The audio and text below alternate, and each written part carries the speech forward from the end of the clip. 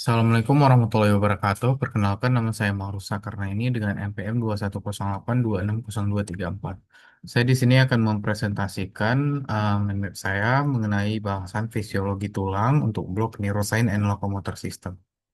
Baik, adapun struktur dan fungsi pada tulang, yaitu dari struktur makroskopis, itu ada tulang kompak atau tulang kortikal, lalu ada tulang spons atau tulang trabekular, dan sumsum tulang atau hematopoiesis. Yang fungsi utamanya ini sebagai penopang tubuh, pelindungan organ, vital, penyimpanan mineral seperti kalsium dan fosfat, lalu ada untuk hematopoiesis, serta peran dalam sistem endokrin atau osteokalsin. Lalu selanjutnya ada sel-sel tulang yang terdiri dari osteoblast, yang dia ini bertanggung jawab terhadap pembentukan tulang dengan menyekresikan kolagen dan mineralisasi. Lalu ada osteoklas, yang dia ini berperan dalam resorpsi tulang, memecah matrik mineral untuk remodeling.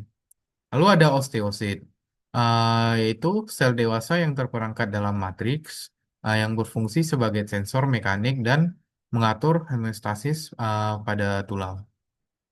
Lalu selanjutnya ada mengenai remodeling tulang yang proses dinamis yang melibatkan resorpsi oleh osteoklas dan formasi oleh osteoblast.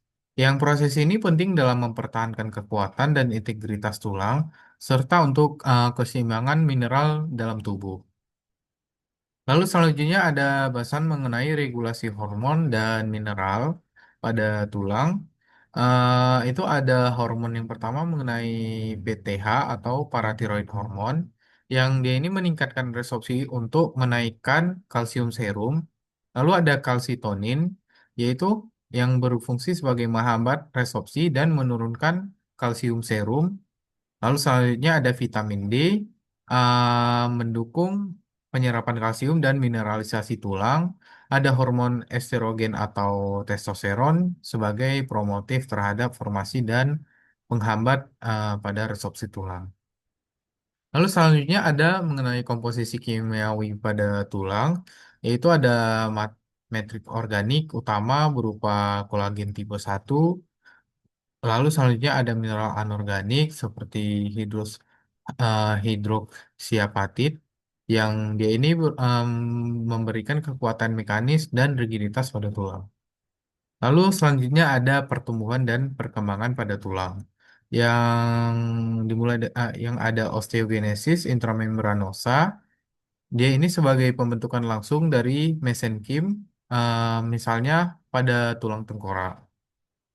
Lalu ada endokondral osifikasi yang dimulai dari mesenkimal ke kondroblas, lalu akan selanjutnya akan ke model rawan, selanjutnya pada tahap osteoblas yang membentuk tulang di pusat osifikasi primer dan sekunder, yaitu ada tulang panjang tumbuh melalui zona epifise seperti reserve, proliferatif, hipertrofik, dan kalsifikasi. Baik, mungkin sekian presentasi yang saya bawakan mengenai fisiologi dan tulang. Berikut adalah referensi yang saya gunakan.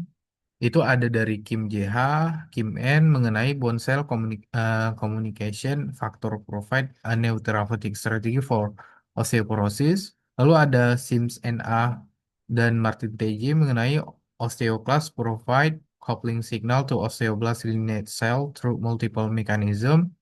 Lalu ada dari Bak HV et al. Mengenai osteocyte mediated mechanical response control osteoblast differentiation and function. Lalu ada dari Choi IA et al. Mengenai bone metabolism and underappreciated player metabolisme health. Lalu ada YQY et al. Yaitu mengenai axonal communication pivotal regulation regulator of bone homeostasis and potential therapeutic target. Baik, mungkin sekian presentasi saya. Saya tutup dengan doa kafaratul majelis. Subhanakallahumma wa bihamdika asyhadu an la ilaha illa anta astaghfiruka wa atubu ilaik. Assalamualaikum warahmatullahi wabarakatuh. Terima kasih.